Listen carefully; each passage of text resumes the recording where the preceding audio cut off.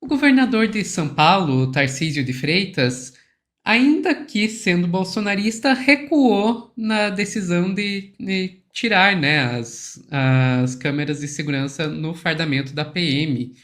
E também está falando aí de modernizar sistemas. Mas mesmo diante aí de inúmeros casos de violência policial, suficiente para fazer o bolsonarista voltar atrás, para o deputado do MBL, Guto Zacarias, a PM de São Paulo, é um exemplo e tá tudo certo por lá. São só casos isolados. Quem vai explicar pra gente é a Daiane Oliveira aqui no Plantão do Meteoro.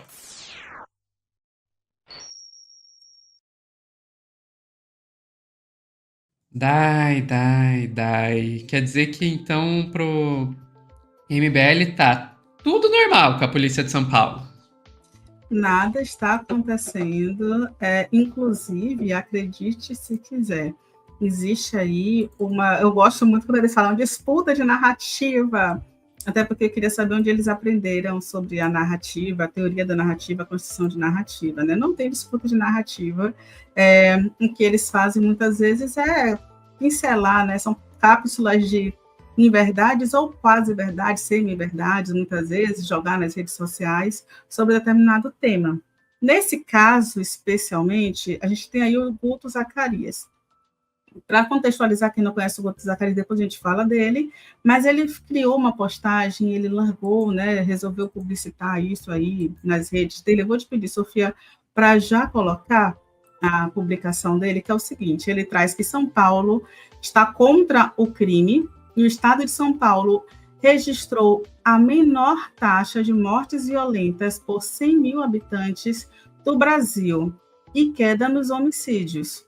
Sou o deputado paulista que mais destinou verbas para a segurança, totalizando mais de 13 milhões para a compra de fuzis. Observe exatamente o que é importante, né? Quais são os critérios de importância para a segurança pública.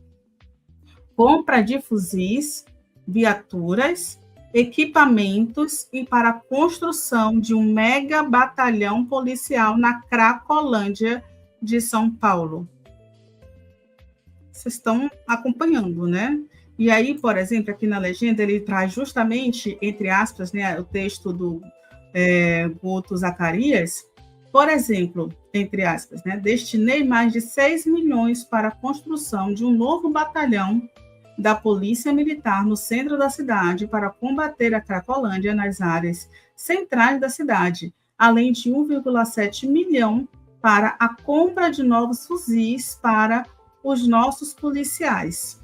Ainda fui ao plenário do STF defender a legalidade e a necessidade das escolas cívico-militar em São Paulo, que além de melhorar o ensino dos nossos jovens, blinda nossos alunos da influência do crime organizado e do tráfico de drogas. E aí ele termina com parabéns ao governador Tarcísio e ao secretário Guilherme Derrite pelo bom resultado. Vamos lembrar uma coisa, a gente teve em São Paulo vários casos de violência policial na semana passada, e aí não dá para chamar de casos isolados, certo? A gente teve, por exemplo, um policial que ele simplesmente atirou, inclusive a gente tem uma notícia mais recente sobre isso, tá, Sofia? O policial que atirou o jovem da ponte, e ele caiu no córrego, cerca de altura de 3 metros, né, ali de altura, o policial deu 2 alternativas para esse homem. Ou você se joga, ou eu te atiro daqui junto com a sua motocicleta. Essa informação mais recente sobre o caso, o detalhe é que ele chorou lá na audiência de custódia, depois de ter jogado o homem ali da ponte, e um jornalista da Metrópolis ainda conseguiu identificar que um policial que estava envolvido nessa operação desceu no córrego, ainda atirou contra esse homem que teve que fugir de São Paulo para salvar sua vida, a gente vai dizer assim, né? Porque ainda houve uma ronda ali pela rua desse homem, né? Pelas ruas em que ele morava, em Diadema, de madrugada, homens armados, com coletes e armados ainda estavam nas ruas por esse homem. E assim, é difícil dizer que não era polícia, a gente não pode afirmar, mas é difícil dizer que não era polícia, porque olha só a coincidência, né? Depois de denunciar, né, de haver toda a repercussão do caso, que na verdade ele nem denunciou, não foi a vítima que denunciou, foi uma repercussão justamente porque alguém conseguiu gravar e esse vídeo viralizou. E aí, depois de tudo isso que acontece, homens aparecem armados na sua rua. É muito de se espantar, né, do que estava acontecendo. Então, por isso, ele teve que sair de São Paulo. A gente teve outros casos também, como o da idosa, que foi agredida com chutes, pontapés ali, e também com naquela arma do policial, e ela chegou até a cabeça, um corte na cabeça, e ainda foi levada para a delegacia no fundo de um camburão. A gente está falando de uma senhora, 65 anos, que só estava pedindo que houvesse um pouco mais de humanidade, ali, dignidade no tratamento para com seu neto e com seu sobrinho. E ela foi agredida dentro de casa dessa forma. Ah, você está falando, mas é um caso isolado? Não, são muitos casos isolados que a gente falou na mesma semana. Inclusive, também de um policial que estava de folga, desarmado, e que achou que seria uma excelente ideia ali atirar pelas costas de um homem negro que teria furtado cerca de 3 sabão líquido, né? Sabão de lavar roupa líquido ali dentro do mercado da marca da Rede Oxo. Detalhe é que esse policial que defragou esses tiros, foram vários tiros, o homem estava se levantando, tinha acabado de escorregar, caiu no chão, estava se levantando, começando a correr, todos os tiros pelas costas. Esse policial, ele, na primeira tentativa dele de entrar na polícia, ele teve o psicoteste negado e depois teste psicológico. Isso, teste psicológico. Posteriormente, ele, né, conseguiu acessar a polícia, mas é isso, né? A gente tem aí 3 casos, estou lembrando aqui só 3 casos que a gente já falou aqui na semana passada da Polícia de São Paulo, que é essa polícia que a gente tem um deputado defendendo. E por que isso também choca? Eu vou te pedir para trazer a matéria do G1, Sofia, por favor, porque a gente tem aí o Tarcísio de Freitas, que é um governador terrivelmente bolsonarista. E o próprio Tarcísio de Freitas, ele no tweet, eu vou te pedir para descer um pouquinho onde tem o tweet dele, por favor, Sofia, que ele informa que a Polícia Militar de São Paulo é uma instituição que preza, acima de tudo, pelo seu profissionalismo na hora de proteger as pessoas. O policial está na rua para enfrentar o crime e para fazer com que as pessoas se sintam seguras. Aquele que atira pelas costas, aquele que chega ao absurdo de jogar uma pessoa da ponte, evidentemente não está à altura de usar essa farda. Esses casos serão investigados e rigorosamente punidos. Além disso, outras providências serão tomadas em breve. Inclusive, o próprio Tarcísio de Freitas se manifestou informando aí que ele tinha um pensamento sobre o uso, né, das câmeras corporais nas fardas das polícias, mas que ele mudou um pouco essa linha e que ele sim colocaria a câmera corporal sim nas fardas, vai pensar em modernizar essa estrutura. E aí a gente tem o Derrite, que também criticou o episódio, chamou de caso isolado, mas também criticou o episódio. Olha o que o Guilherme Derrite diz, entre aspas: anos de um legado da polícia não podem ser manchados por conduta antiprofissionais. Policiais não atiram pelas costas em um furto sem ameaça à vida e não arremessa ninguém pelo muro. Pelos bons policiais que não devem carregar fardo de responsabilidade de alguns, haverá severa punição. O que a gente tem aí? A gente tem exatamente o próprio Derrite, a gente tem exatamente o Tarcísio, são duas figuras que têm um comportamento extremamente violento, né? Extremamente na linha do eu não estou aqui para defender bandido, eu não estou aqui para ficar do lado do policial, não vou chorar a morte de um bandido, eu vou chorar por um policial, sabe? Eu espero que o policial faça o possível para fazer com que isso acabe. Coisas dessa linha, sabe? E a gente tem eles dois também se posicionando, né, dando um recuo fantástico, um recuo histórico sobre o uso das câmeras, se posicionando sobre a violência policial, como minimamente a gente imaginava que tivesse que acontecer, com respeito.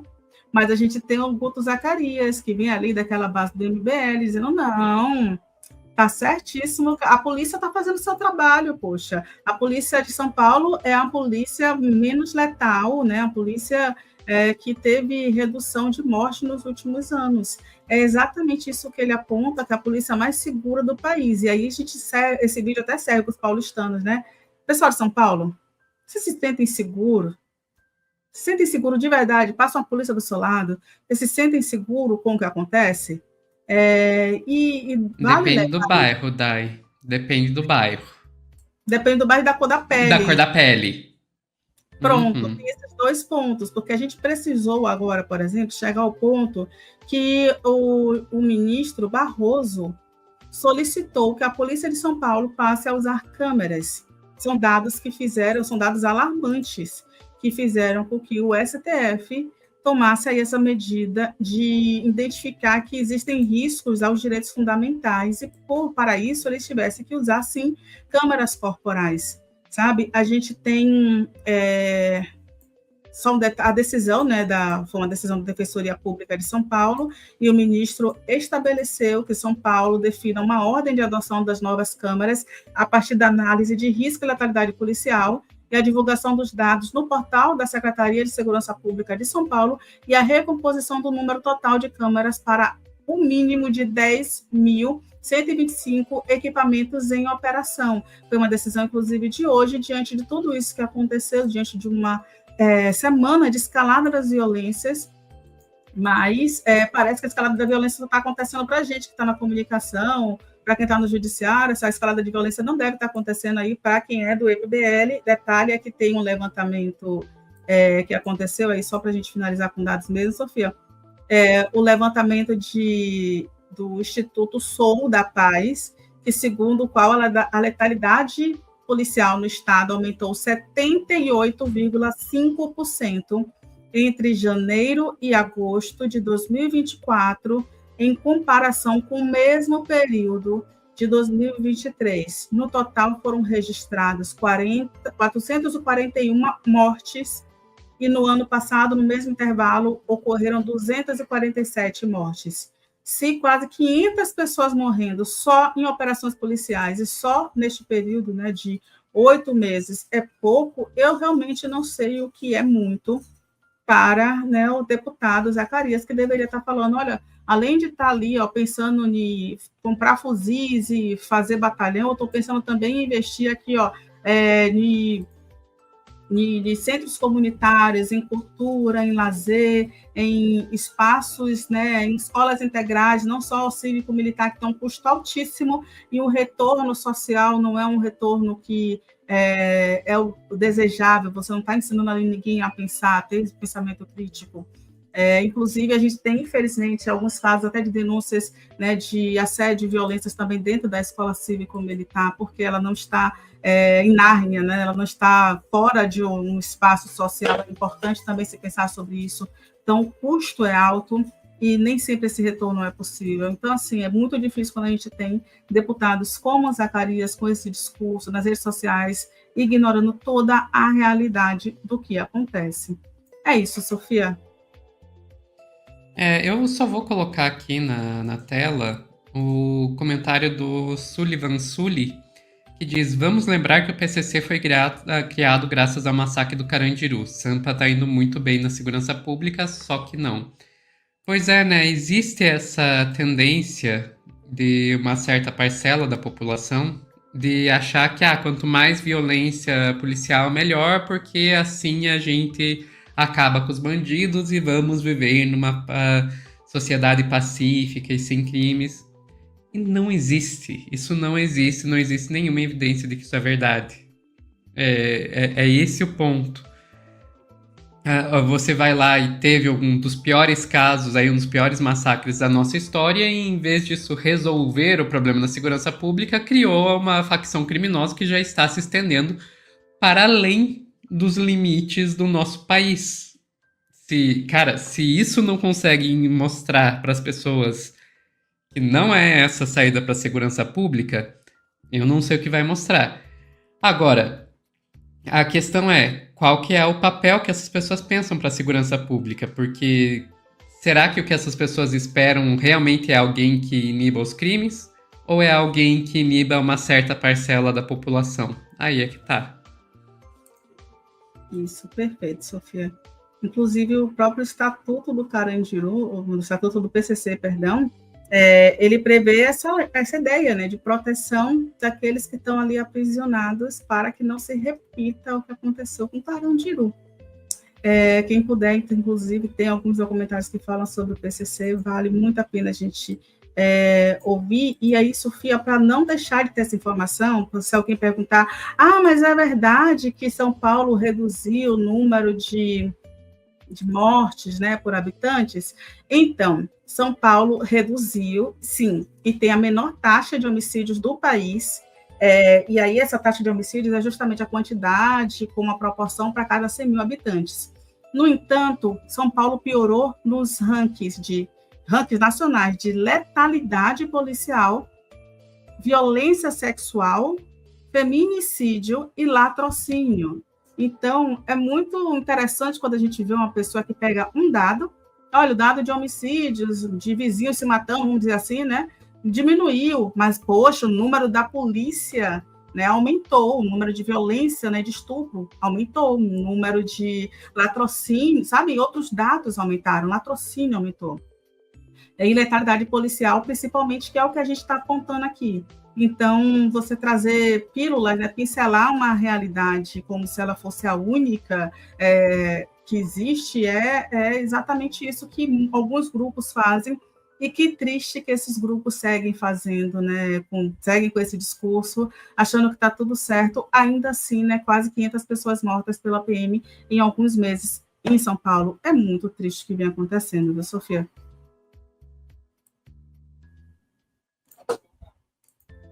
Sofia, você está mutada. Pois é, e o negócio ficou tão feio que até o Tarcísio foi obrigado a recuar, mas aparentemente tem gente mais extremista do que o Tarcísio. Ficamos por aqui, Dai.